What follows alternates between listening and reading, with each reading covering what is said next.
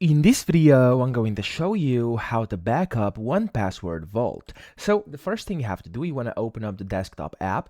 If you don't have it yet for 1Password, you want to go to the top right here inside your admin console, click on your username, and then go to set up another device, and then you can get your 1Password for Windows, Linux, or Mac over here.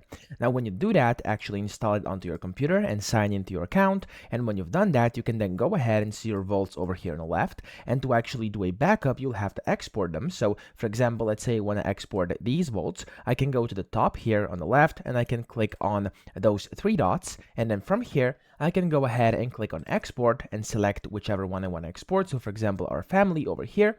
Then you'll have to enter in your password as well, and then when you enter in your password, you'll have to select which file you want. So as you can see, there's two file options. One of them is a CSV, and then one of them is a 1PUX. So of course you can select whichever one you want, but if you want to export in 1PUX, you can then easily import it later back into your account over here. Okay, you can do the same with CSV, but this will only export certain fields, so I would use this one. And then you can go ahead and put in your password, click on export data. You'll have to select where you want to export it, for example inside your downloads folder.